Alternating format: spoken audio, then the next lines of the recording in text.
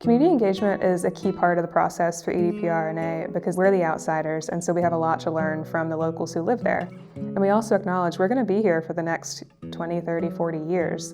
And so we want to design the sites in a way that works best for everybody. And we've gotten some really good information and guidance from locals pretty regularly.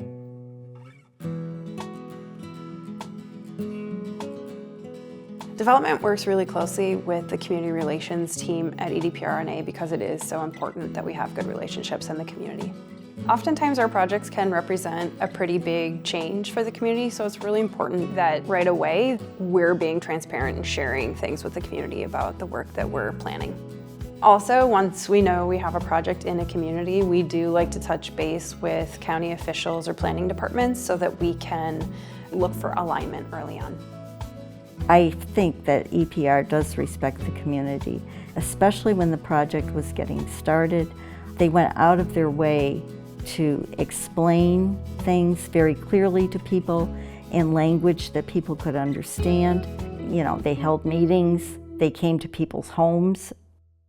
Each project's different, but we have a pretty standard operating procedure for how we approach community relations, and typically it starts with the landowners. Pretty quickly afterward, we'll start speaking next to the project neighbors who are going to be seeing the infrastructure or living close to it, and also the local county officials or township officials. After that, then we sort of broaden it to the general public.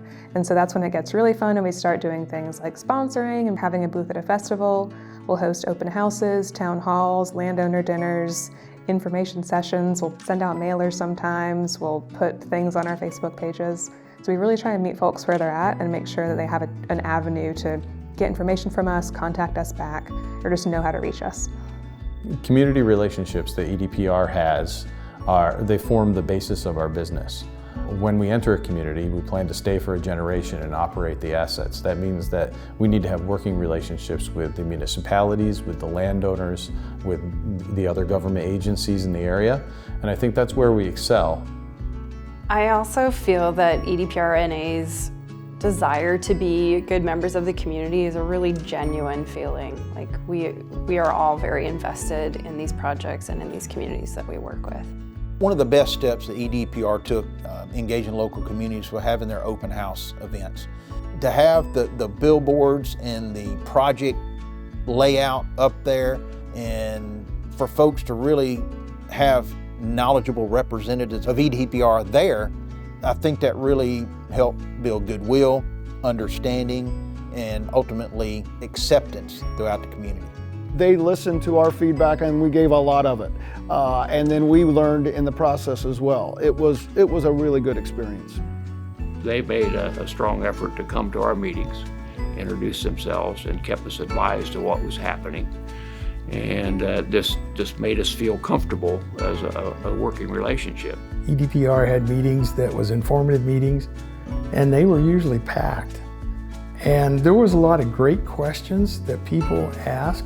With working with EDPR, when they first came in, they took the time and answered our questions and explained things to us. They spent a lot of time answering questions and getting to know the community, understanding the community's concerns and addressing them. They had newsletters out, anything going up, they would call us. Communication was very good. EDPR NA continues to engage with communities from the early stages of the project during development, through construction, and through operations. Once construction is finished, that's almost the beginning. So our project will be operating in the community for 20, 30, 40 years, and so we'll have ops teams that are in the community for the lifetime of the project. EDPR thinks long-term in communities because we're going to be here for 30 or 40 years. We need to make sure that we have a great relationship from the start all the way to the finish of the project. Anytime we've had a concern, and we don't have very many concerns, but we can call them up and they respond. The local employees are our neighbors and friends. There's been no difficulty with working with them at all. Anything that you need, they seem to go out of their way to try to accommodate. When we come back to explore the potential for a new phase, we want them to be excited, and those opportunities only exist if the community was happy in the first place. EDPR expanding this project could be nothing but a win-win for us, for the community, for the farmers. I just like to see the expansion continue. My experience with Brightstock and EDPR is I would do it again. I feel like EDP has been very trustworthy. I would not hesitate to do another business venture, if I ever had the opportunity. America needs more energy. We're experiencing skyrocketing energy demands, and renewables without question are the cheapest energy sources available and the fastest to build. But in order to build these projects, we have to have communities that are interested in hosting them.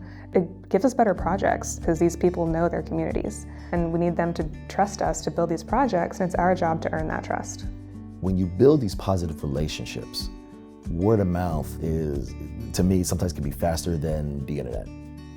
And when folks go out there and say, hey, we've had a positive experience with the Timber Road Wind Facility, creating that positive message helps us drive that future.